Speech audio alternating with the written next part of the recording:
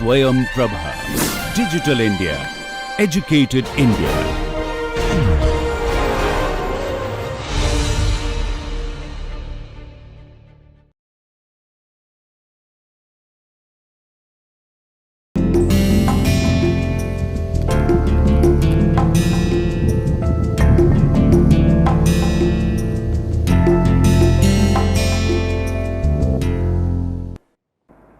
So this is the lecture about rise of modern science in modern Europe. By the second half of the 17th century, a mechanistic view of the world was created. The scientific revolution refers to the speculative and unprecedented growth of intellectualism in the 16th and 17th centuries.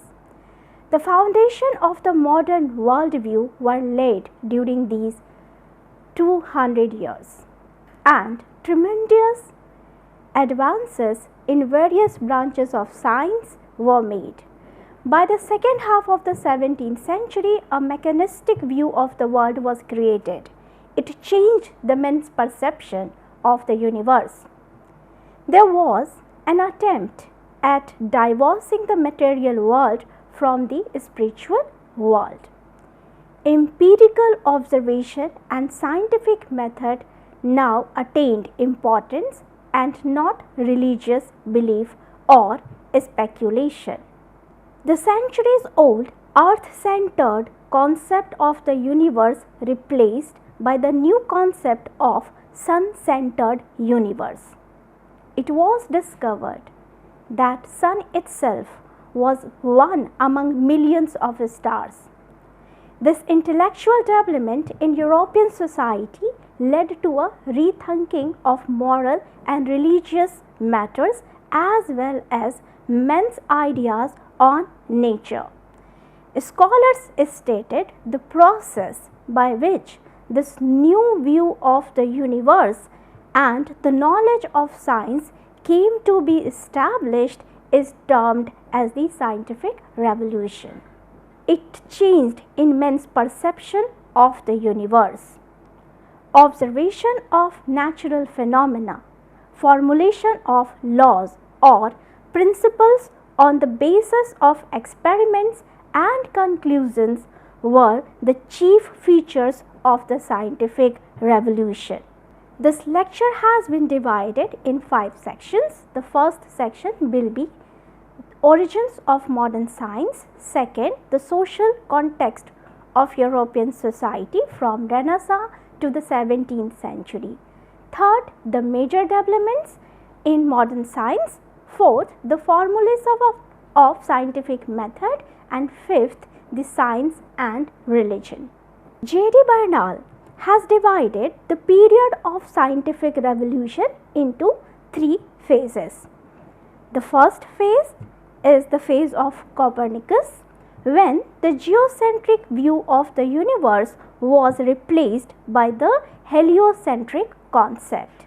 Second, the time of Tycho Brahe, Kepler, Galileo provided scientific basis to this view of Copernicus, and thus they have proved his theory further. This was the period of Newton, that is the third period, the period of Newton and Descartes. During this period, scientific societies were formed and science was becoming an institutional part of European society. Let's discuss the first section of this lecture, that is social context of modern science. There are alternative approaches explaining the origins of modern science. Marxist writers argue that the development of the scientific revolution arose in direct response to the needs of early capitalism, especially trade and navigation. R. Hewlett argues that the process of discovery of the New World, the knowledge of the new lands in Asia, Africa and America, their plants, animals and people created a fresh interest in the natural world. He rejects the notion that the progress and achievements in the field of science was confined to the domain of science alone. He stated in order to understand the rise of modern science, one needs to examine factors which created favorable climate for it, ranging from theological issues to the rise of new social classes in modern European societies. For some, the rise of modern science was the product of society, and there was a direct relationship between these two, society and the modern science. While some other argues that scientific development was independent of society, in which individuals' qualities played a decisive role. A. Coire, Arthur Koestler, these historians argued each event in the development of modern science was independent of society and was unrelated to it. The development of modern science was the product of individual genius. Another historian, Herbert Butterfield, uses phrases like an epic adventure or a certain dynamic quality to describe the scientific events. He points out the wider changes in the world that affect men's thinking or even alter those conditions under which this thinking takes place. He emphasized on the role of technology, which played a crucial role in the development of modern science. Alexander Coire gives credit to the unparalleled insight of individuals. He stated it is difficult, rather impossible, to define the scientific revolution. For him, its achievements were based on an admixture of genius, insights, delusion, and error. According to him, the scientific development was more accidental and considered the scientific revolution as almost the personal creation of a single man, Galileo. Arthur Koestler, next in the line, suggests that the scientific development was essentially a sketch of great individuals whose achievements were governed by individual qualities rather than the demand of the society. A.C. Crombie and M. Cleggett emphasized the progressive aspects of science. They thought that the scientific revolution was not so unusual or revolutionary as was made out to be. Crombie points out that modern science owed much of its success to the use of the inductive and experimental procedures, constituting what is often called the experimental method. Charles Webster also emphasizes the vast scope of science and says that by ignoring religious, political, economic, and intellectual movements from the study of science, the scope of science could become extremely limited. This would drastically reduce the scope of history. Marxist writers have provided social interpretation to explain the development of modern science. Boris Hassan links the scientific development to the needs of the bourgeois class. He suggests that Newton's work was related to the needs of the English merchant class. Frederick Andrews wrote, if a society had a technical need that helps science move forward and performs the role of more than 10 universities in any society and civilization. He further says there was no place for unique genius in the materialistic interpretation of history. He believed science to be a product of social needs. Edgar Gelseil also believed that modern science was the product of changing society.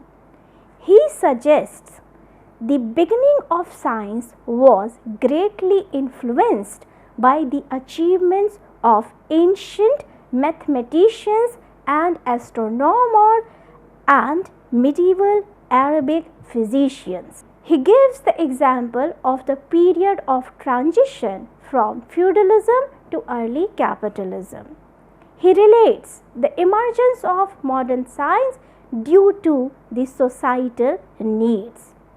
The spirit of science could not have developed in the rural setting of feudal knights or clergymen. Rather, it emerged only in the towns and cities.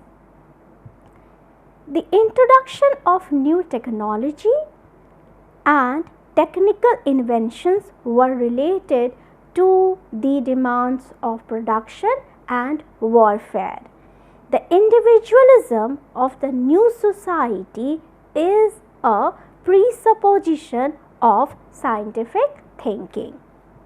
The critical scientific spirit could not have developed without economic competition. While tradition and custom ruled feudal society, capitalism is governed by rationalism.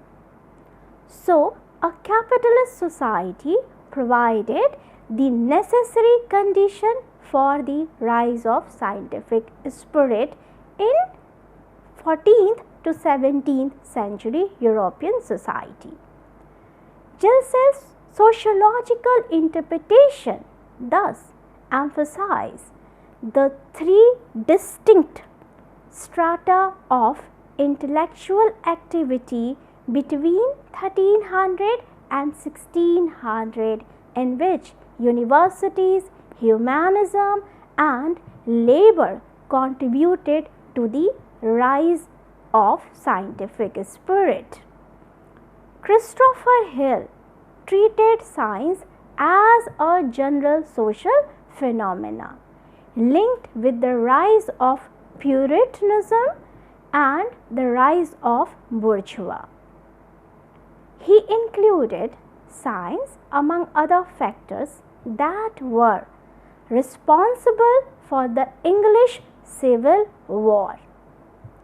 According to Hill, the merchants of London established Gresham College to promote the study of science. H.F. Kearney argues that there was no direct connection between economic and scientific developments as argued by some of the Marxist historians. The rise of commercial revolution in the 16th century and the subsequent scientific revolution were not necessarily linked, as there is no valid body of evidence to suggest that connection. The revolutionary discoveries in science had no practical application, according to Kearney.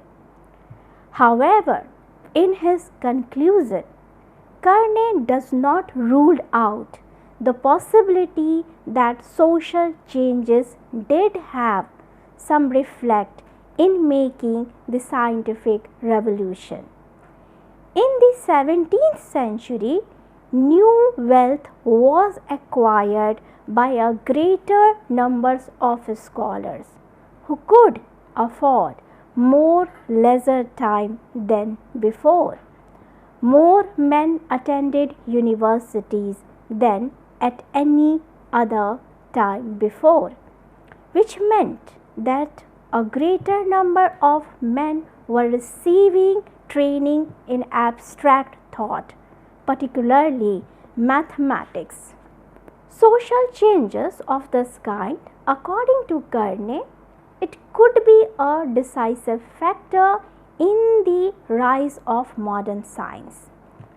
This is the larger debate which we have discussed till now among the historians regarding the causes responsible for the emergence and the origins of modern science in European society, European world. Most scholars of social science now agree that the rise of modern science was the product of social needs and historical progress. Let's discuss the origins of science. The ancient Greek world had played a crucial role in shaping knowledge of science. Aristotle in physics, Ptolemy in the field of astronomy, and Galen in field of medicine, they had dominated European thoughts for centuries. In the medieval world, theologians studied the world, especially astronomy, based on the conclusions of the ancient Greeks. Medieval scholars continued the study of astronomy and medicine. Another factor which engaged the intellectual interest in the late medieval period was magic. There were various sides to magical inquiry.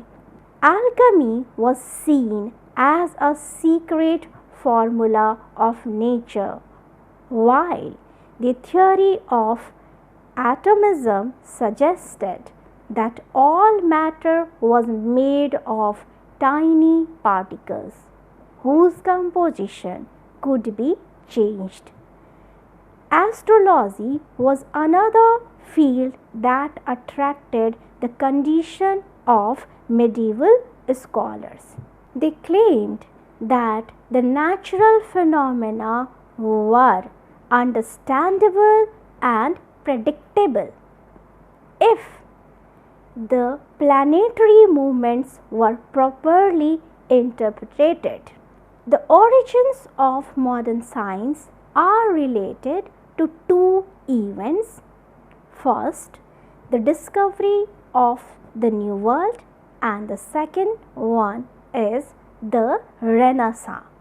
The discovery of the New World rationalization that the earth revolves around the sun. The search for new territories and the long distance voyages created desire to develop the science of navigation. It created interest in science and technology. Improvements were made in the knowledge of machinery and technology. Water wheels were introduced in mining activities. Improvements could be seen in the field of metallurgy, military equipment, navigation and shipbuilding, and in the printing industry. The discovery of ancient Greek texts by Renaissance scholars brought Europeans closest to the modern science. There was a definite relationship between modern science and Renaissance. A serious study of nature based on observation and experiment was carried out as the great contributors of Renaissance wanted to find explanations for natural phenomena, for natural world, and for their curiosity. Burckhardt argued that the Renaissance of the 15th century was not merely a revival of classical studies, but also a renewal of close, painstaking research.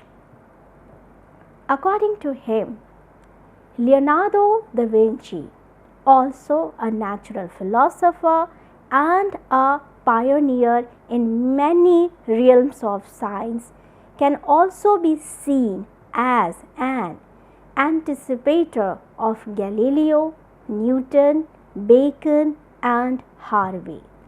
Although known for his paintings and masterpieces of sculpture and architecture, he has spent most of his time in the study of mathematics and cosmography. Herbert Butterfield suggests that the Renaissance witnessed an upsurge of ability that was scientific and pre-scientific age.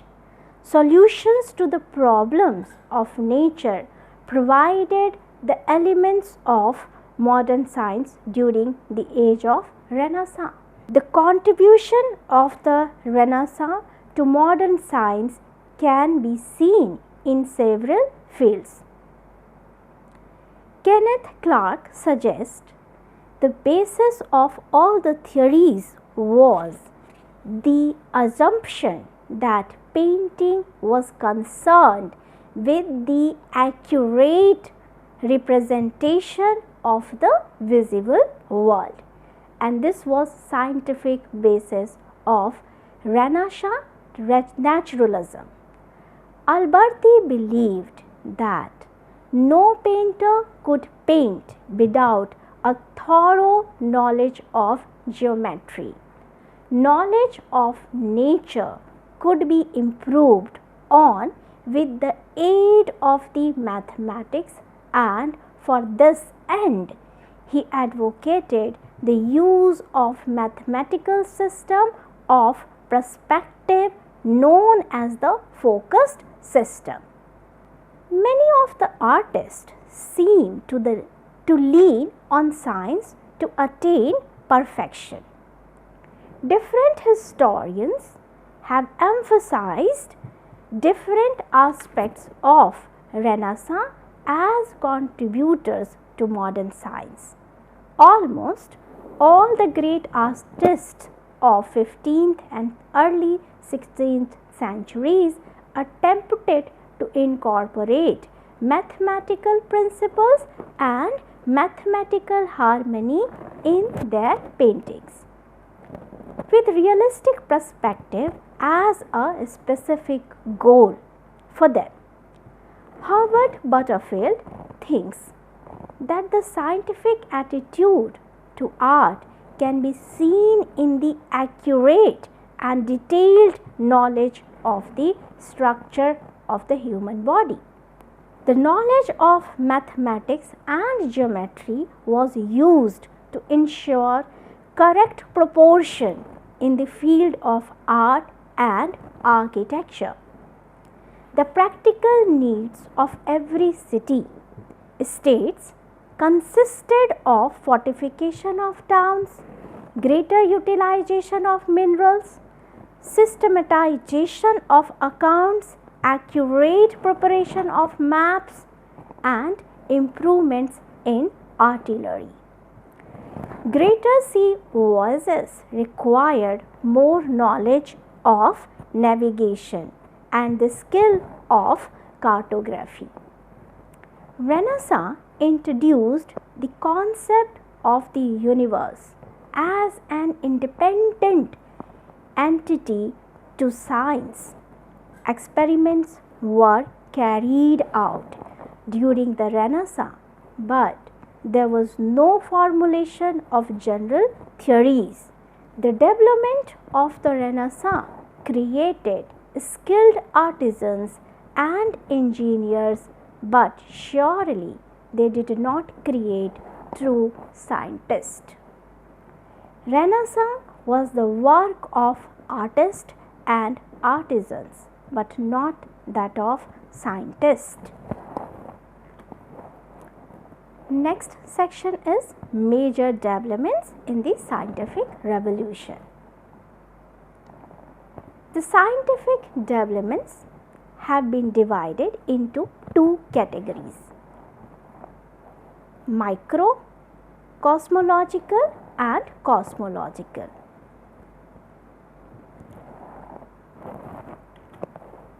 The microcosmological consisted medical science, anatomy, physiology, pharmacology, pathology, etc.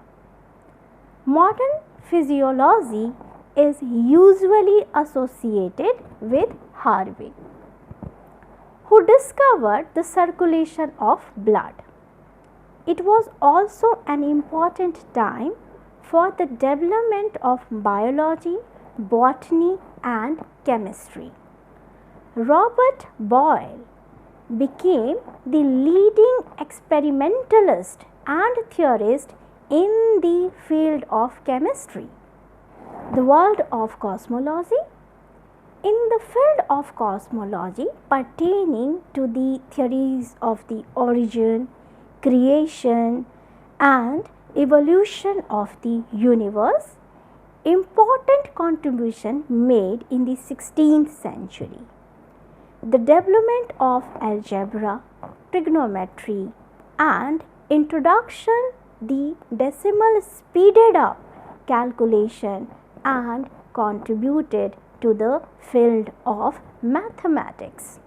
Scientists and their contribution to the scientific revolution. First in the line is Nicholas Copernicus. His contribution in the field of modern science leading to the scientific revolution. He argued that sun was the center of universe. It demolished the traditional views concerning the world, the Aristotelian system of universe. Tycho Brahe followed Copernicus to some extent, supported heliocentric theory, that is the sun-centered perception of the universe, thus came up with a compromise between Ptolemaic and Copernicus theory of the universe. Johannes Kepler further provided solution to these problems. He proved the planets moved around the sun in an elliptical orbit.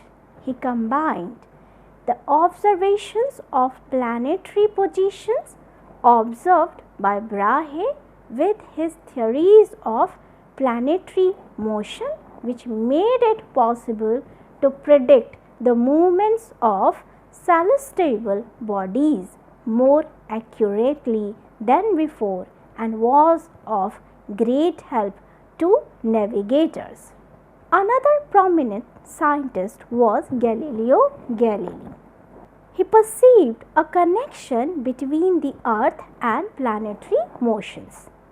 He totally rejected the Aristotelian concept of universe. He argued that only those qualities which were measurable, for example, mass, weight, speed, and acceleration, could form the elements of the science of mechanics. He developed a new explanation of physical laws. Next in the line is Isaac Newton. He made an effort to unite laboratory experiments with mathematics. He laid foundations of modern calculus. His major achievement was his formulation of the laws of universal gravitation. He explained first the absence of force motion continues in a straight line with uniform velocity.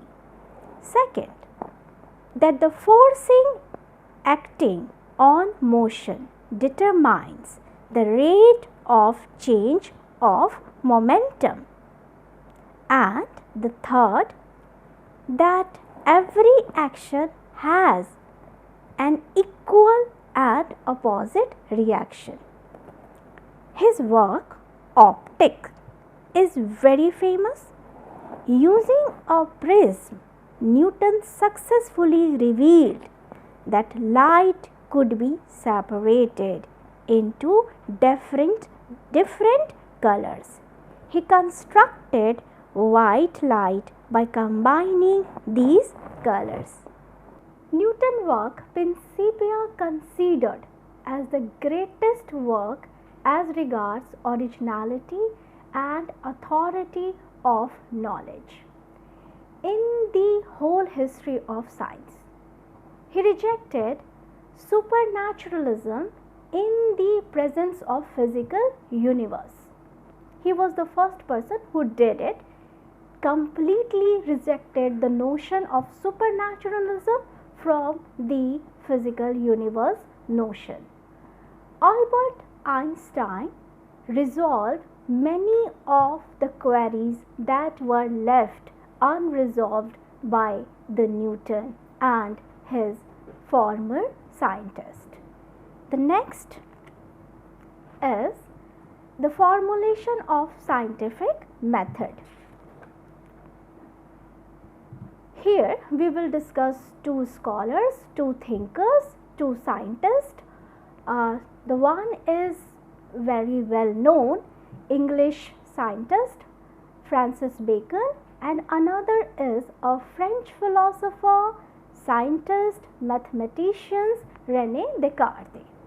The two thinkers Francis Bacon and René Descartes made major contribution by highlighting the forms of scientific study within which should be adopted to promote scientific learning.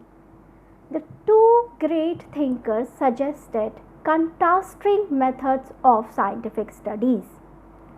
One suggested science, another suggested purely mathematics. The great instauration and new Atlantis of Bacon was the new philosophy that contained the seeds of scientific method. By instauration, he meant a recovery of unknown wisdom that would be procured through an entirely new scientific method. He emphasized on the cooperative effort for learning and empirical experiments for useful knowledge and the betterment of human life. He focused on the methods of inductive reasoning from observation and verification by experiments. The another philosopher, very well known philosopher, is René Descartes. René Descartes believed that all past knowledge should be discarded and one should begin afresh with every new problem. He was a rationalist and an advocate of mathematics. He advocated mathematics as an instrument of modern science. He emphasized that nothing should be accepted as truth and everything should be doubted till it is proved through deductive logic. His principle of doubt undermined the traditional assumptions. He made rationality the point of departure in his philosophical exercise. He made rationality the point of departure in his philosophical exercise. He reconstructed the universe on the basis of speculation that differed in every way from the universe created by the Greek scholars. He deducted two principles. One, since the idea of perfection was by men, an assuredly imperfect being, the idea may have come from a perfect being, that is, the God. According to René Descartes, therefore, God exists. And B, the second point, since the mind cannot be doubted, but the body and the material world can be, the two must be radically different. From the second principle followed on absolute dualism between mind and matter, it explained that the world was a pure mechanism governed by its own physical laws and without any intervention of God. Thus, Descartes created a philosophy of dualism, maintaining a sharp distinction between the body and soul. God created only these two kinds of reality. Mind belongs to man alone, while all else was matter. He argued that the entire universe could be studied objectively without the help of theology. He believed that the activity of the mind was the vital element in the search of truth. The real radical aspect of Descartes' thought was the changing role of God from being an active controller of the world to the guarantor of knowledge. He compared the role of God with watchmaker, who stopped interfering in its daily functioning once the watch was manufactured. Many alleged that he encouraged atheism, but he remained a faithful Roman Catholic and accepted the existence of God in his philosophy also. He developed a liking for mathematics because of its certainty of proof and the evidence of reasoning. His most important work was on geometry that laid foundations of analytical geometry. He introduced a system that could solve problems of space by numerical calculations based on algebraic and arithmetical methods. The followers of Descartes were known as Cartesians. Their view of mechanistic physics was based on the view of Descartes himself. He argued that matter consists of tiny particles which fill the universe. These particles are in a state of constant motion. He considered the universe to be full of continuously rotating particles and totally rejected the idea of vacuum. He claimed also to have deducted the properties of the whole universe using similar mechanical principles that were involved in the design of machines. The mechanical philosophy of Descartes insisted that an explanation of physical process has to be provided in mechanical terms. The mechanical presentation of the world meant that all natural bodies consist of nothing but particles of matter acting upon each other, that comprising our sensory organs. The suggestion of mind and matter in Cartesian dualism had tremendous impact on psychology and philosophy. Cartesian's philosophy also had some impact on the women's consciousness. The old Cartesian concept suggested that a woman possessed a distinctly female nature, which was mostly sinful. The Cartesian, on the other hand, suggested that sex differences are secondary, bodily, and indeed mechanist in type.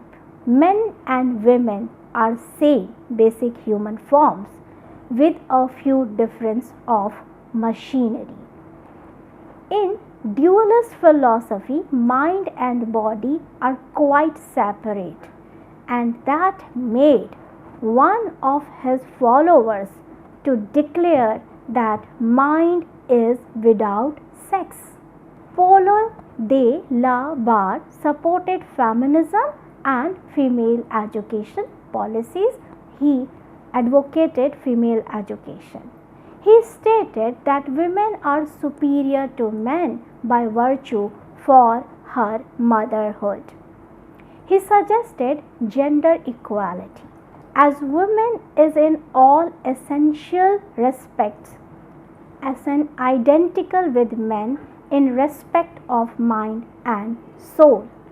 Another scholar from Descartes philosophy, G.E. Stell, talked of the organic unity of soul and body and claimed that women have sensibility that is as much physical as mental.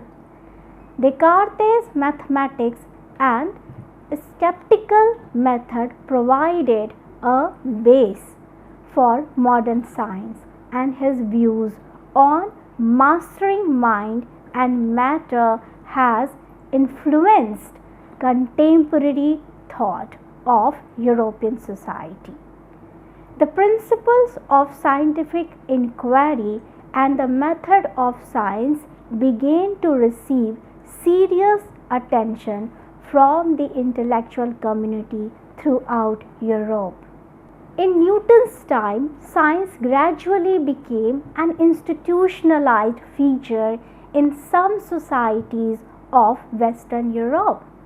Several contributors of science such as Gilbert, Kepler, Harvey, Galileo, and many others promoted the climate of academic science. Many academic scientists established to promote and diffuse science in their respective societies. In London, Gresham College became a center for scientific discussion and research. There were many people from different professions, members of aristocracy, mercantilists, and scholars and thinkers of natural philosophy who contributed to the formation of such societies in their countries. These institutions and societies came into existence because of the wider support and finance received from ruling houses. Among the earlier members of English Royal Society were William Petty and Robert Boyle, who became famous through their contribution to mechanical or agriculture innovations and scientific studies, respectively. Charles II, an English ruler, patronized the Royal Society. The members came from diverse social backgrounds in support of science. The real object of these institutions was to promote science and bring scientific contributions or the contributors to a common platform. In this society, new scientific outlook was dependent purely on intellectual grounds and not because of its usefulness.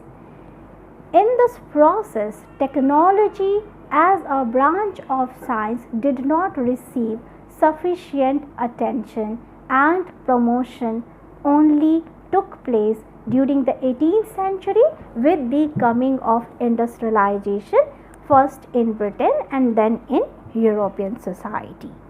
Now we will discuss some of the debates regarding science and women and the science and the role of religion in the development of the science. So let's first discuss the science and the women. Women remained out of the formal scientific institutions. Very few women educated and from wealthy family got opportunity to be the part of these scientific institutes. Some women even came forward to patronize scientists and their work. Some women from aristocratic family got opportunity for the formal education which was not available to the common women of European countries and society, and thus they invested their interest in science. Margaret Cavendish, the Duchess of the Newcastle, had written many articles related to philosophy of science. Ground of Natural Philosophy is the most famous among others. Though she attended one of the meetings of the English Royal Society but could not get formal membership of that institution. In Italy also, women registered their entry in the scientific field, scientific society, but they too could not become formal members of these centers. In Germany, women were working in craftships. They interested in science, especially in cosmology. Maria Winkelmann got support from her father and uncle in her self-study. She was married to the famous scientist Karach, who was appointed at the high post in Academy of Science in Berlin. Maria had assisted her husband and thus contributed in the field of science. But after the death of her husband, despite her several applications, she could not get the formal membership of any scientific society.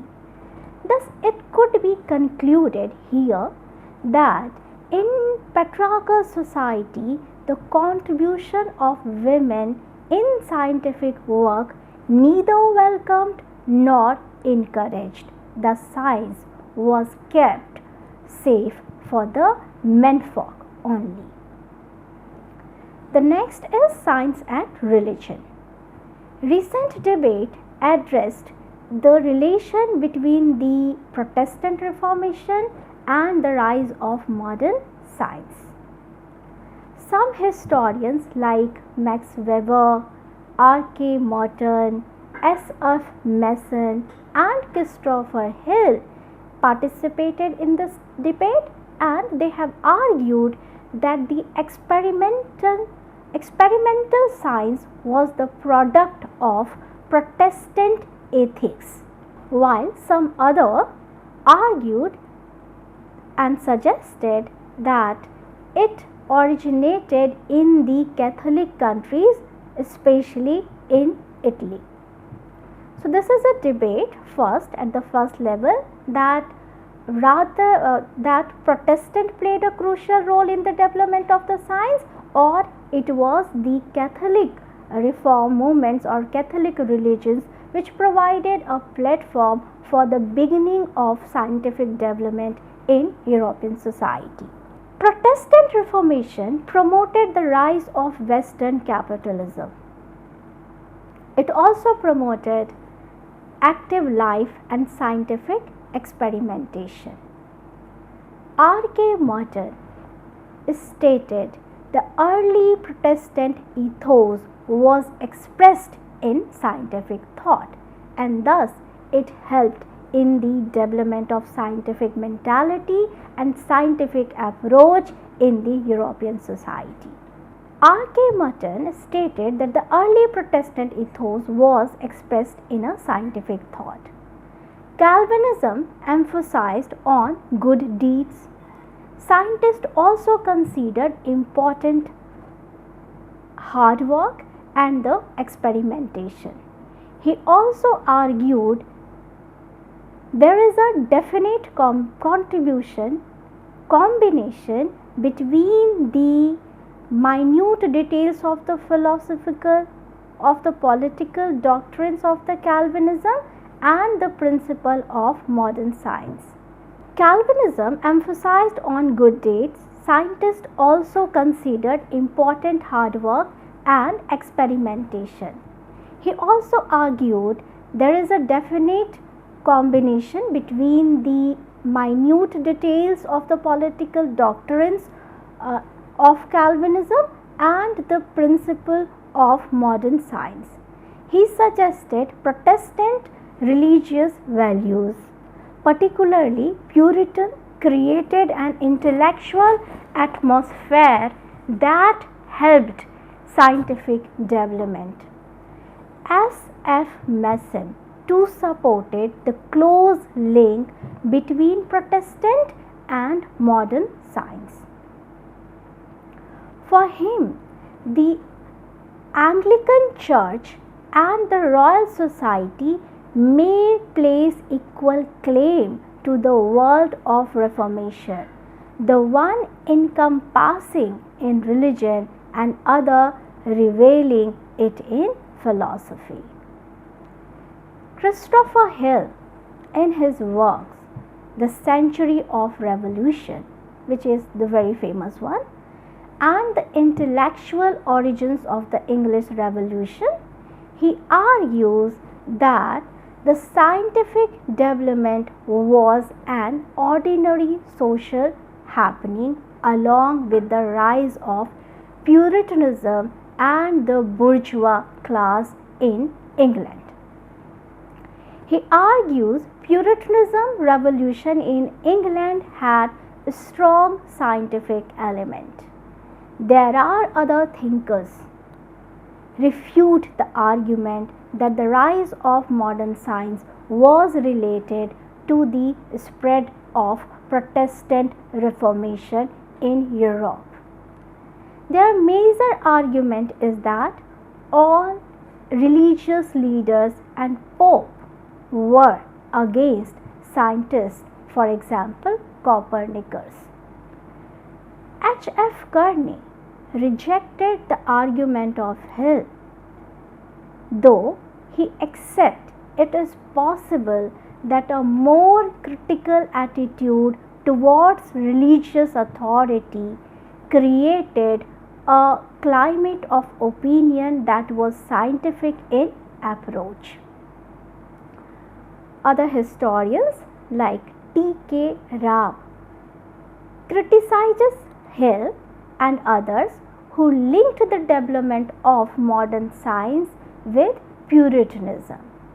He points out that Catholic Italy was the only center of scientific experiments in the early period of modern science. According to him, all important scientists of that period lived or studied in Italy. However, he argued after 1640 the Puritan did contribute to the emergence of modern science and the further development of modern science. But according to him, it was Italy, it was Catholic religion which provided a base for the experimentation of modern science, for the development of modern science. Next, we'll discuss William Ashworth. William Ashworth, in his work Catholicism and Early Modern Science, suggests that many Jesuits had a keen interest in experimental science. They participated and practiced science at wide scale. They were able investigators, made many important discoveries and inventions, and encouraged others too to participate in modern science and in the field of scientific work, and promoted thus scientific attitude among their followers, among their people. Toby Huff gives a culturist interpretation of the rise of modern science.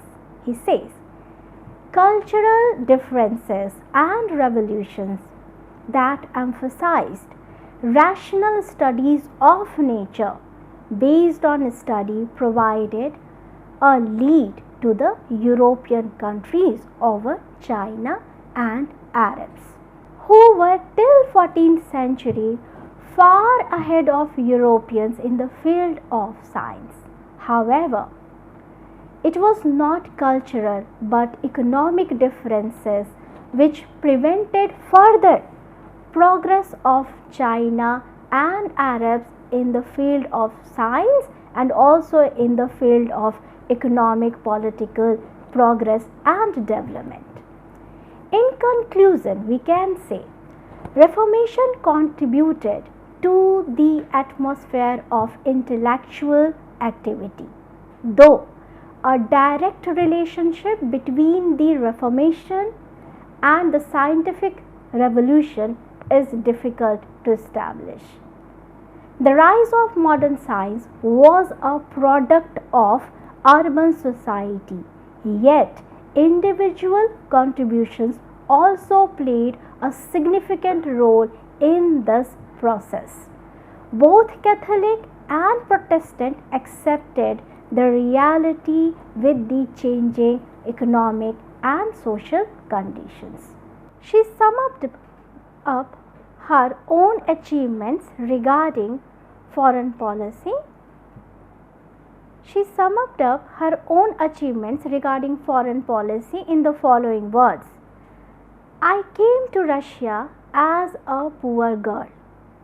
Russia has doved me richly, but I have paid her back with a job, the Crimea and the Ukraine.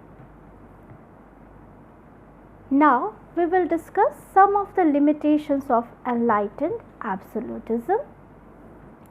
Apart from all these welfare policies of enlightened despots, kings, they could not bring about lasting solutions.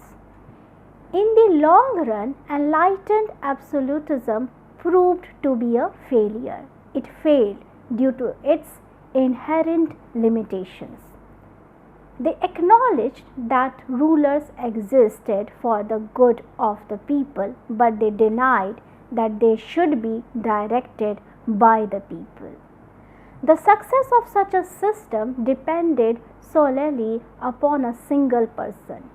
When weaker rulers succeeded the efficient rulers, the whole machinery was thrown out of gear. Enlightened despotism was an enlightened reaction to the evils of the old regime in Europe, but this reaction was too feeble to turn the tradition of monarchical absolutism upside down. Not all reformers among the European rulers could be enlightened despots, because the basic requirement for the purpose of identification of enlightened despotism was the connection between the kings and philosophers. The legal reforms, particularly the codification of law carried out in name of the Enlightenment and to a certain extent reflected the aspiration of the philosophers. However, it is difficult to establish any direct link between the Enlightenment and the practical policies of the monarchs. The chief among the enlightened despots were Frederick the Great of Prussia, Catherine II of Russia, as we have seen, Maria Theresa to some extent, and then her son Joseph II of Austria-Hungary. The most enlightened rulers were often least successful, as we have seen in the case of Joseph II of Austria. Thank you.